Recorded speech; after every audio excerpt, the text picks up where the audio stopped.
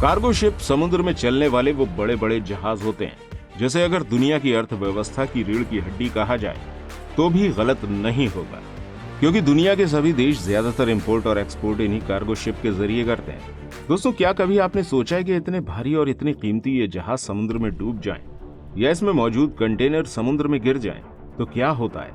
सोचिए जरा कितना भारी नुकसान उठाना पड़ता होगा उन कंपनियों को जिनका सामान इन कार्गो शिप के जरिए कहीं जा रहा होता है और रास्ते में ही जहाज डूब जाता है। और सोचिए जरा उन लोगों को कितना फायदा पहुंचता होगा जिनके हाथ ये कीमती सामान से भरे हुए कंटेनर्स लगते होंगे। दोस्तों, इसी तरह एक बार रशियन क्रू से भरा हुआ जहाज कहीं जा रहा था। तभी इस जहाज के क्रू मेंबर्स देखते हैं कि समुद्र में कार्गो शिप का एक बहुत बड़ा कंटेनर तैर रहा है। इस कंटेनर को देखकर ये क्रू मेंबर्स अपनी शिप को उस तरफ मोड़ते हैं और उस कंटेनर के पास जाकर रस्सियों के जरिए उसे अपनी तरफ खींचते हैं। और फिर जब ये लोग इलेक्ट्रिक करंट के जरिए इस कंटेनर की वॉल को काटते हैं तो उन्हें इस कंटेनर के अंदर कुछ ऐसी चीजें मिलती हैं जिसे देखकर सभी हैरान रह जाते हैं। इस कंटेनर के अंदर हजारों की संख्या में एप्पल के लैपटॉप और आईफोन्स मौजूद थे। ऐसा कई बार हो चुका है कि जब कई कीमती सामानों से भरे हुए कंटेनर ट्रांसपोर्ट के दौरान समुद्र में गिर गए हैं और जिस किसी को भी ये कंटेनर्स मिले हैं उसकी तो किस्मत ही चमक गई है। दोस्तों, जब भी कार्गो शिप सामान को लेकर एक देश से दूसरे देश के लिए रवाना होता है तो इसके ऊपर एक कंटेनर्स को रख दिया जाता है। इन कंटेनर्स में अलग अलग तरह की कई चीजें होती हैं, जैसे किसी में गाड़ियों के पार्ट्स होते हैं तो किसी में ब्रांडेड मोबाइल फोन। जैसे जैसे जनसंख्या में वृद्धि हो रही है वैसे वैसे चीजों की डिमांड बढ़ती ही जा रही है और इन चीजों को एक जगह से दूसरी जगह पहुंचाने का प्रेशर भी शिप्स के ऊपर बढ़ रहा है। मार्केट के बढ़ने की वजह से सामान का ट्रांसपोर्टेशन भी बढ़ता जा रहा है और ट्रांसपोर्टेशन में जल्दी करने की वजह से कई सारी गलतियां हो जाती हैं और इन छोटी छोटी गलतियों की वजह से बड़े बड़े नुकसान देखने को मिलते हैं। दोस्तों, अगर हम अपने पिछले गुजरे सालों की बात करें तो साल 2020 से साल 2021 के बीच 3000 से भी ज्यादा कंटेनर समुद्र में गिर चुके हैं और हर साल ये एवरेज इतना ही रहता है। हर साल ट्रांसपोर्टेशन के दौरान कम से कम 1000 कंटेनर ऐसे होते हैं जो समुद्र में कहीं गुम हो जाते हैं। अब ऐसा ही एक इंसिडेंट हमें सन 2014 में देखने को मिला था, जब HP प्रिंटर कार्टेजेस से भरा हुआ एक पूरा का पूरा कंटेनर नॉर्दर्न अटलांटिक ओशन में कहीं खो गया था और फिर कुछ समय के बाद एज़ोरेस बीच के पास इन कार्टेजेस ने आकर जमा होना शुरू कर दिया। जब लोगों ने इन कार्टेजेस को यहाँ देखा तो सोशल मीडिया पर इसकी वीडियो वायरल होना शुरू हो गए।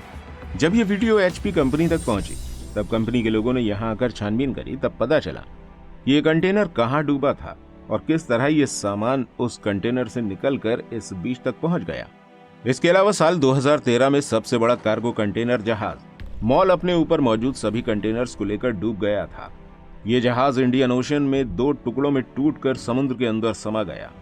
इस जहाज पर 4213 कंटेनर्स लगे हुए थे जो इस जहाज के साथ ही गुम हो गए। दोस्तों, इसे अब तक का सबसे बड़ा कंटेनर लॉस्ट बताया जा रहा है। इसी तरह एक और जहाज OneApps सन 2020 में समुद्र में आने वाली तेज हवाओं और लहरों का सामना कर रहा था और इन लहरों का सामना करते करते इस जहाज के अंदर से 1800 कंटेनर समुद्र में गिर गए थे। मरीन इंडस्ट्री एक ऐसी इंडस्ट्री है जिसे हर साल अरबों का नुकसान होता है, वो भी कार्गो लॉस की शक्ल में। ऐसा ही एक और इंसिडेंट हमें एल्फाइल कार्गो शिप के साथ भी देखने को मिला था। दोस्तों, इस कार्गो शिप के ऊपर 391 कंटेनर, 294 ट्रेलर और काफी सारी गाड़ियों को रखकर एक जगह से दूसरी जगह ले जाया जा रहा था। तभी समुद्र में एक बहुत तेज तूफान आया। काफी कोशिश करने के बाद भी क्रू मेंबर्स ना तो इस जहाज को बचा पाए और न ही खुद को इस तूफान की वजह से। इस हादसे में 3 क्रू मेंबर्स और इस जहाज में मौजूद 83% कंटेनर समुद्र में डूब गए और फिर ये कंटेनर्स किसी को नहीं मिल सके। अब दोस्तों, आप अंदाजा लगा सकते हैं कि कितने करोड़ रुपए का सामान लेकर ये जहाज एक देश से दूसरे देश जा रहा था। और अगर ऐसे कीमती सामानों से भरा हुआ कंटेनर किसी के हाथ लगता है तो सोचिए वो तो माला माल हो जाएगा। लेकिन हमेशा ऐसा नहीं होता कि जिस इंसान को ये कंटेनर मिले वो कंटेनर उसी का हो जाए। अगर किसी को कोई कंटेनर मिलता है और उस कंटेनर में मौजूद सामान पर किसी कंपनी के टैग लगे हुए होते हैं तो अथॉरिटीज को कांटेक्ट करके ये सामान वापस करना पड़ता है। लेकिन कई बार ऐसा भी होता है जब इस सामान का पता नहीं चल पाता है कि ये आखिर है किसका और लोगों के हाथ वो वैल्यूएबल चीजें लग जाती हैं और लोग इसे अपने साथ ले जाते हैं। एक अनुमान के अकॉर्डिंग बताया गया है कि समुद्र के अंदर इस तरह के 12,000 कंटेनर्स दबे हुए हैं दोस्तों वैसे तो ज्यादातर ये कंटेनर्स अपने वेट की वजह से समुद्र की तलहटी में जाकर समा जाते हैं, लेकिन अगर इन कंटेनर्स के अंदर कोई फ्रोजन सामान होता है तो वो कंटेनर से बाहर आकर समुद्र में तैरना शुरू कर देता है और तैर तैर कर ये समुद्र के किसी किनारे तक जा पहुंचता है। लेकिन ऐसा होना कभी कभी काफी ज्यादा खतरनाक भी साबित होता है, क्योंकि इन सामान में कभी कभी काफी खतरनाक गैसेस, केमिकल्स और कंपाउंड होते हैं जो काफी ज्यादा नुकसानदेह होते हैं मरीन लाइफ के लिए और इकोसिस्टम के लिए। और इन परेशानियों से निपटने के लिए थोड़े थोड़े समय के बाद सैल्वेज ऑपरेशन चलाए जाते हैं। अब आप सोच रहे होंगे कि आखिर सैल्वेज ऑपरेशन क्या है। असल में अगर किसी कंपनी का काफी ज्यादा एक्सपेंसिव सामान से भरा हुआ कंटेनर समुद्र में डूब जाता है तो ये कंपनी एक दूसरी कंपनी को हायर करती है जो अंडर सी ऑपरेशन करती है। इसके अलावा अगर ये सामान एक्सपेंसिव ना होकर इस सामान में काफी ज्यादा क्वांटिटी में केमिकल होता है तो वो कंपनियां जो इस तरह के कंटेनर्स को ट्रांसपोर्ट करने का काम करती हैं वो काफी पैसा खर्च करके इस ऑपरेशन को चलवाती हैं ताकि समुद्र में गिरे हुए इन कंटेनर्स को बाहर निकाला जा सके। दोस्तों ये ऑपरेशन काफी ज्यादा महंगा और काफी खतरनाक भी होता है और इस बात की भी कोई गारंटी नहीं होती कि इसके जरिए बिना टूट फूट के कंटेनर को सही सलामत बाहर निकाल लिया जाएगा।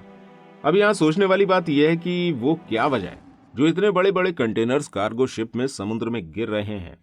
और इस तरह की घटनाओं का रेशियो सन 2020 के बाद से काफी हद तक बढ़ चुका है, जबकि टेक्नोलॉजी दिन पर दिन एडवांस होती ही जा रही है। फिर ये कंटेनर समुद्र में क्यों गिर रहे हैं?